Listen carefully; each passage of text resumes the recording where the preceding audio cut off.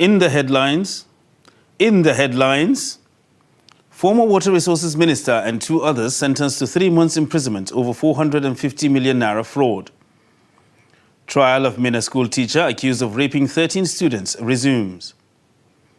Hijab controversy rages in Kwara. Family of slain protester rejects 1 million naira compensation. And on the foreign scene, world leaders react to Russian President Vladimir Putin's deployment of troops to the self-proclaimed Donetsk People's Republic and the Luhansk People's Republic. Hello and welcome to Trust TV News Update. I am Ibrahim Yusuf.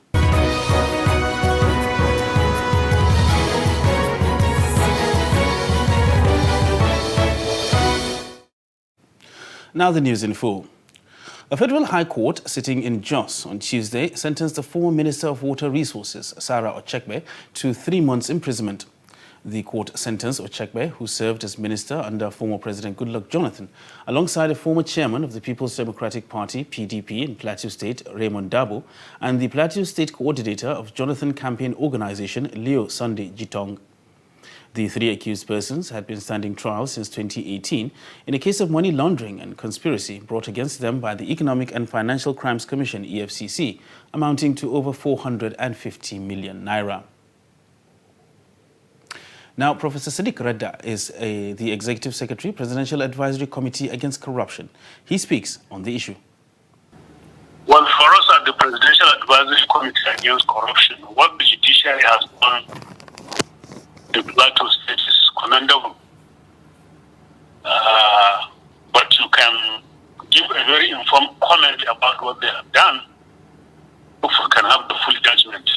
Notwithstanding that, I think the judiciary, if it can go like this, no matter how light the punishment may be, people in this country should be punished. And I hope they have recovered the 450 billion naira from them. So I feel, as a committee, we are very happy with this judgment. We commend the judiciary on this issue, and we hope that we'll see more of this. No matter what, people should have their day in court, and there should be swift adjudication of cases so that the right signals can be sent to every Nigerian that once you get to the courts, issues can be dealt with and you will be punished. This case has been going on for a very long time, and our own feedback to the judiciary came out just some 3 weeks ago. So our assessment of the judiciary and the criticism the feedback we have given may not necessarily be the reason why they have acted the way they do. We have seen in the press release that actually there are many good judges. There are many good lawyers. However, the bad ones among them are really taking the image of the judiciary. So this decision may not necessarily be as a result of our criticism, because they have gotten all the facts, they have gotten all the evidence, and therefore they have decided to pass a judgment on the case. So it cannot be connected. All we are saying is we support what they have done, we commend them, and we hope to see more of this across the country. Meanwhile, a federal high court in Abuja on Tuesday extended the detention of Deputy Commissioner of Police, Abba Kyari, by 40 days. Justice Zainab Abubakar issued the order for Kyari's further detention while ruling in an ex parte application argued by the National Drug Law Enforcement Agency NDLEA counsel Mike Kassa. The court granted permission to NDLEA to hold embattled Kyari for 14 days to enable the agency complete its investigation into the hard drug trafficking allegations against him. The NDLEA had in the application pleaded for more time to detain Kyari on the grounds that the hard drug trafficking allegations against the suspect were complex and may require the agency traveling outside the shores of the country to make some clarifications. The council also asked the court to grant detention extension in the interest of justice and to be fair to the suspect too through diligent investigation. The judge, however, ordered that the 14 days further detention should start counting from February 22nd.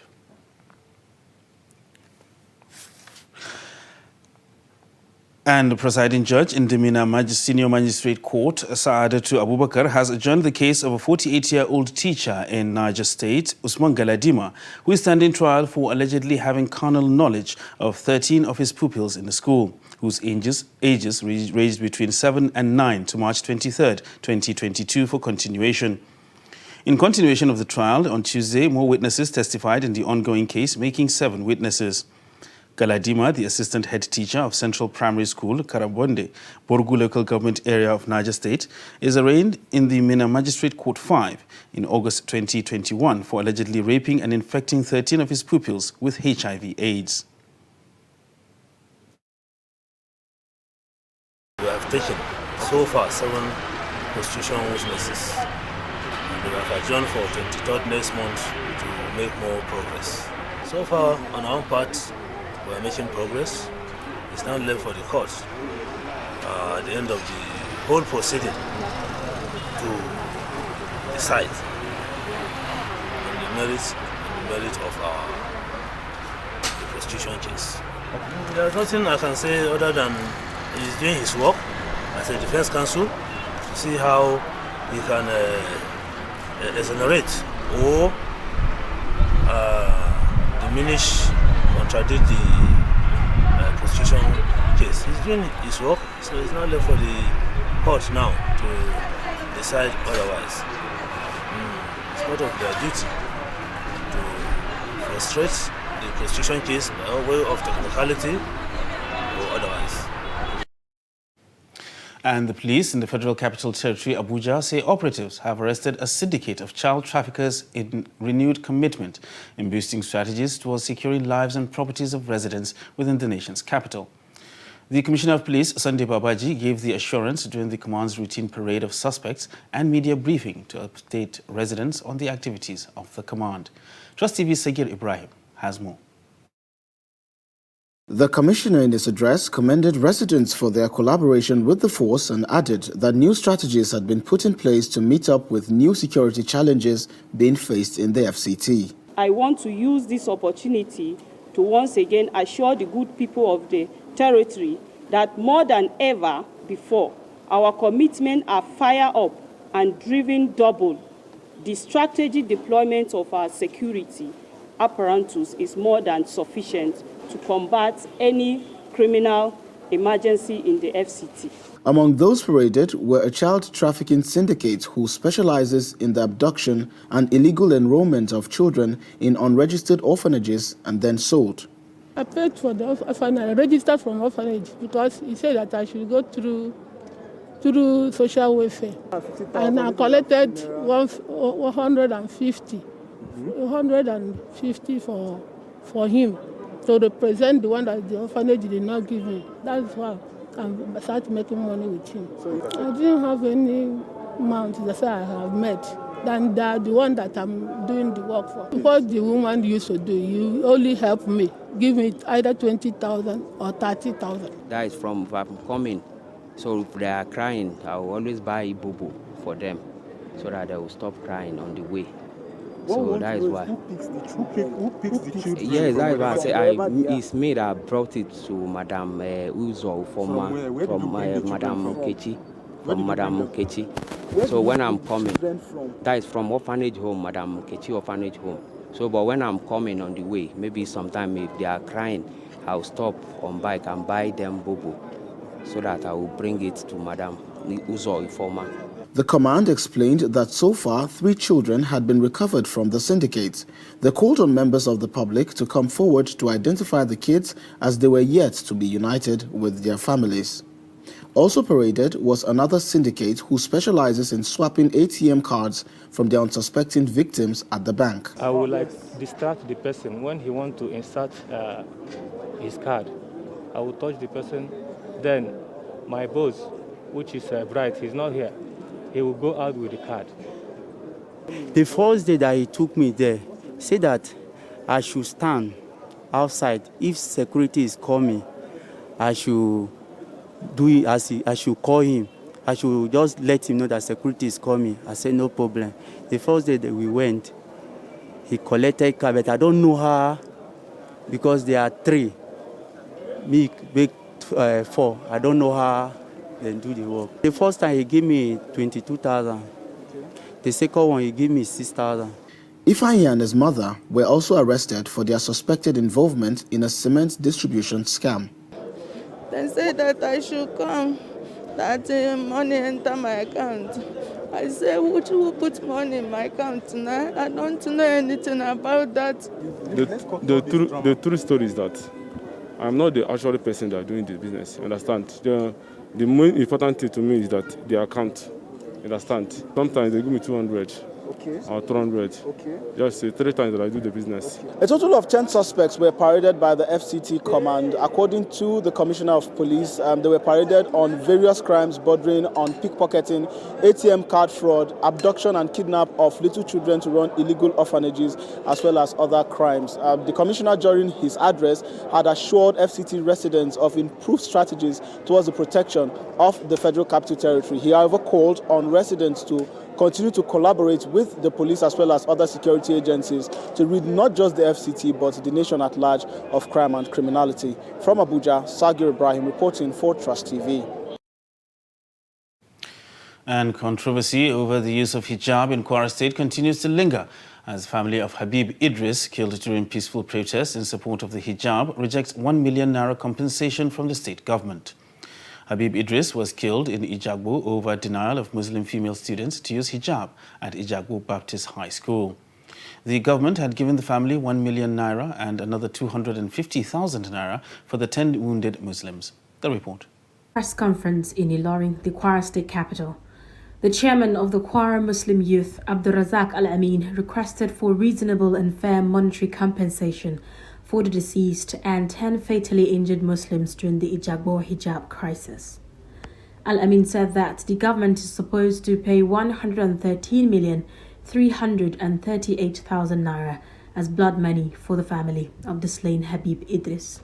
The sum of 113 million naira, 388,000 naira as dear blood money for the murder of Idris at Ijagbo.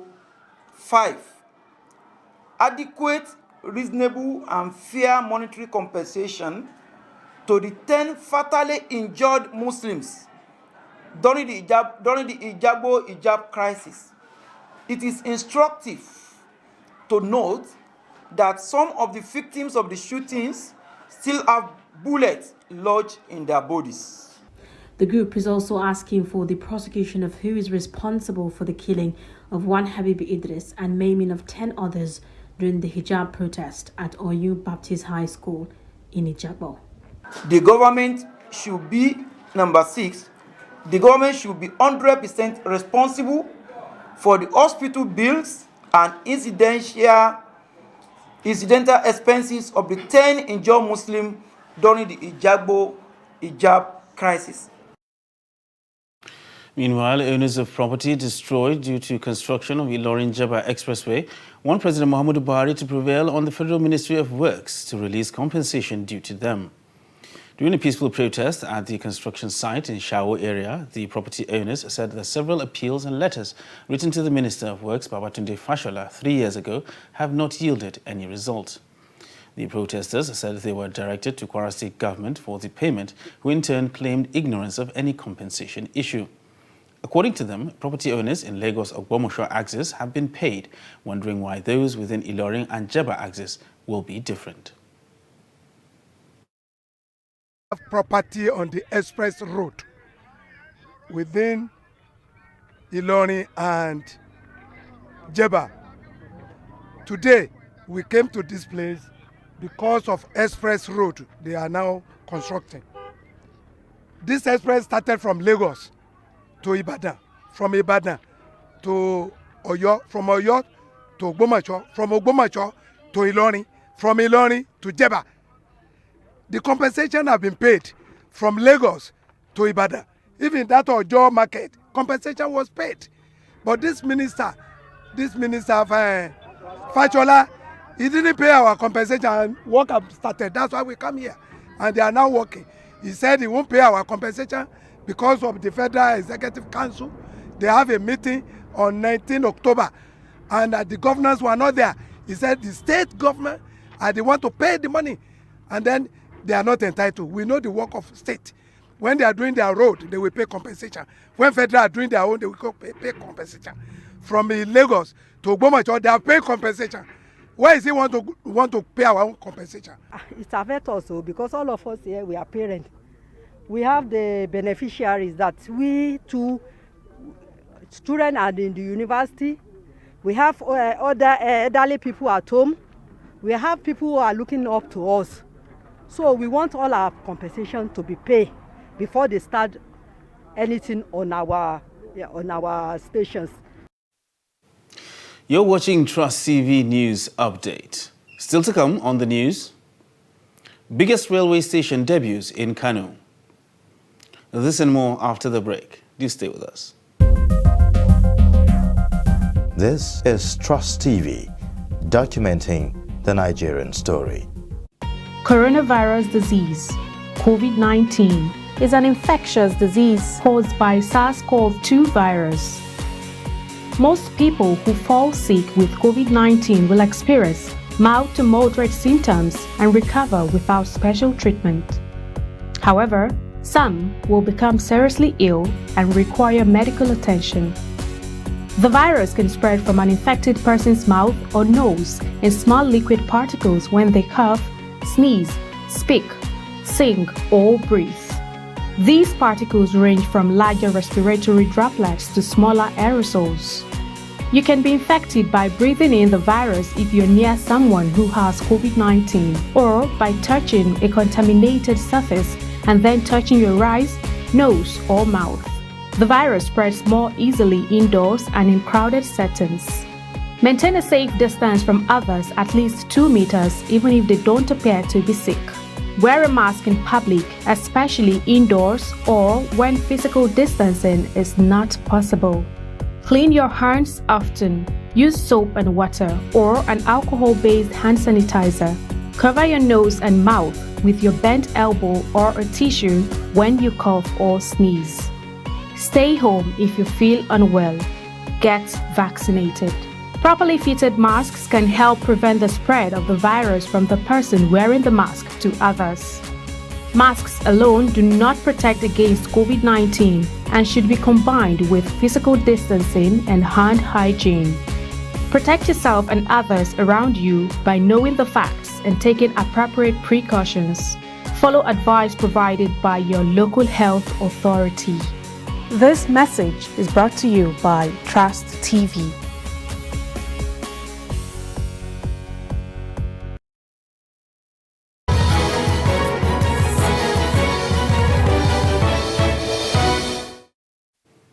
Welcome back. You're still watching Trust TV News Update.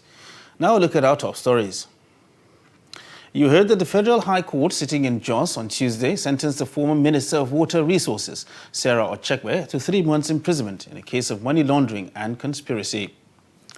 And case of 48-year-old teacher in Niger State who is standing trial for allegedly having carnal knowledge of 13 pupils of his school has been adjourned to March 23, 2022 for continuation.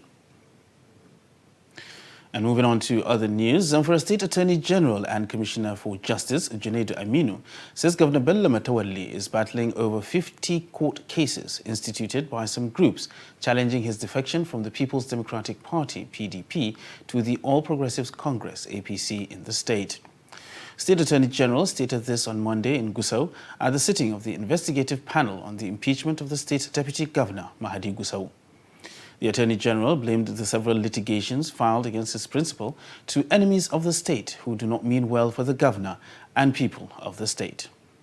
On Friday, to be precise, there was an attempt to effect service on Chief Mike Ozukomi, the National Counsel for the Governor, CJ, and the Speaker.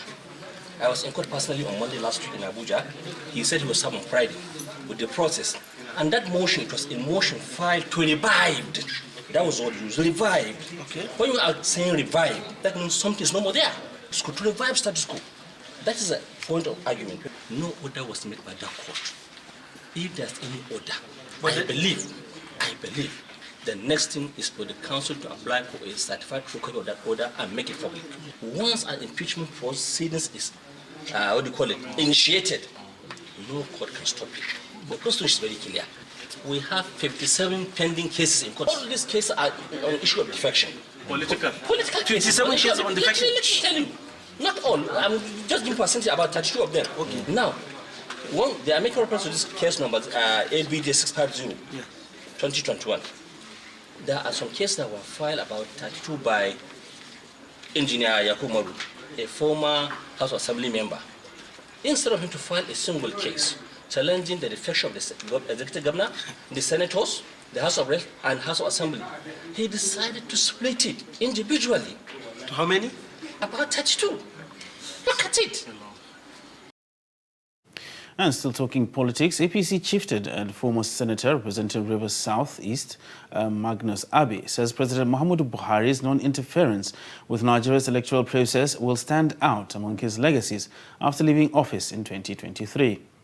Abe said this during a visit to Korokoro in Tai local government area of Rivers State, where Gbenemene of Tai, King Godwin Gininwa, and members of the Supreme Council of Traditional Rulers of Ogoni conferred a chieftaincy title on him. The report. Senator Magnus Abe said the 2023 general election is another opportunity for Nigerians to come together and elect a government of their choice. Abe called on stakeholders in Ogoni land to take active participation in governance, as it is important for Ogoni people to have a sense of inclusion in the state they lived for almost 60 years. Call your conscience to the fact that another opportunity is coming for Nigerians, for Rivers people, to decide the nature of the government that they want. It is an opportunity for us to choose a government that will serve us, a government that will put the interest of the people above every other interest. There is nothing to fear. It is something that is doable, it is something that is achievable, and when people talk about me and governorship, I want to use this opportunity to say clearly for everybody to hear, it is not about Senator Abe being governor. It is not about an Ogoni man being governor. It is important that the Ogoni people, for purposes of inclusion, should have a sense of well-being in the fact that having been part of a state for almost 60 years, you too should be able to say that you are included in an inclusive society. The Gbenemene of Tai and chairman of the Supreme Council of Ogoni Traditional Rulers, King Godwin Gininwa, appealed to the people and political parties to support candidates from Ogoni ethnic group to succeed Governor Nyesom Wike in 2023. The first-class traditional ruler, who noted that the Ogoni people have supported other ethnic groups to become governors in the past, said the area is blessed with capable hands to lead the state. 2022, as we are in already, there should be peace in Ogoni land. Amen. Let there be peace in River State. Amen. We should love ourselves. If you don't have love for yourself, we will destroy all this gun shooting and killing, and should stop in Ogoni. Enough is enough. We need these young boys, we need them. We need them because some of them are graduates. And the only thing we Senator can pray is Abe that urged the his government, supporters to sensitize people in every nook and cranny of the should be state able to to create jobs understand for that the the power to masses. choose who leads them is Build in their hands in the industries. 2023 elections. Employ them. Most of them are very good. Speaking on the power of the electorate and the bimodal voters authentication system machines, Abe said Nigerians and Rivers people are expected to do things better than before. He called for peace in Ogoni land and the state, urging government at all levels to create employment opportunities for the youth. If Buhari has not done anything for Nigeria, he has done something that Nigerians can never forget. He has given you, the Nigerian people, the power to choose whoever you want as your leader. He has refused to interfere in the politics and political choices of Nigerians. He has refused to manipulate the electoral process. And because of that, today, with the advent of the BFAS machine, which identifies every vote, you have the opportunity to choose whoever you like. It is who you like that will run the government that you want. And therefore, if you fail to make use of this opportunity to choose a government that will serve you, tomorrow, don't come and talk about the dividends of democracy. Senator Abe urged his supporters to sensitize people in every nook and cranny of the state to understand that the power to choose who leads them is in their hands in the 2023 elections. Minister of Transport Rotimi Amechi says the Kano State will have the biggest railway station in the country. Amechi says this while he was receiving a delegation from Kano led by Governor Abdullahi Ganduje. They paid him a courtesy visit in Abuja to discuss the rail and Dala Inland Dry Port in the state. Governor Ganduje said that state government had contributed about 2.5 billion naira to the dry port project to ensure its speedy completion and commercialization. We have two major federal government projects in Kano that fall within the rail line beginning from Kano to Kaduna. We had applied to the Kano state government to give us land where we will build the biggest station in Nigeria. It is the biggest station because we are combining two rail lines. The first one is the Kano Maradi, which will empty in Kano, and then the second one is the Kano Kaduna, which will also empty in Kano. And don't forget that the station we're building in Kano, we at the end of the day build a station that will take passengers from Lagos to Kano. We're investing about 2.5 billion naira by providing access road to the premises and providing also other social amenities, just to contribute to our own quota. Because that project was conceived about 20 years ago, but it never materialized until during our time. So I make sure that this project is a reality, and in order to do that, we have to provide an enabling environment, and we have to contribute to our own quota. So we're happy with the developers because they have gone far, and also we're happy with the Honorable Minister of Transportation because he is giving maximum cooperation and assistance to see that the Kano State, the Inland Dry Port is a reality. Now a look at a foreign scene where Russian President Vladimir Putin's decision to recognize the independence of two separatist regions in eastern Ukraine has drawn condemnation, with the NATO chief calling it a violation of international agreements. The United Kingdom has slapped sanctions on a number of Russian banks and high-net-worth individuals as Kiev's Western allies punish Moscow for recognizing two breakaway regions in the eastern Ukraine as independent. The move comes after Germany announced it is taking steps to halt the process of certifying the Nord Stream 2 gas pipeline earlier on Tuesday. Meanwhile, the United States announced financial sanctions against the rebel territories and warned that more were ready if necessary. Russia's move comes amid reports of tension over its military deployment on the borders of Ukraine, which has raised fear of an all-out war. And that concludes Trust TV News Update for this hour. Don't forget, you can subscribe and follow us across all our social media platforms. I'm Ibrahim Yusuf. Thanks for staying with us.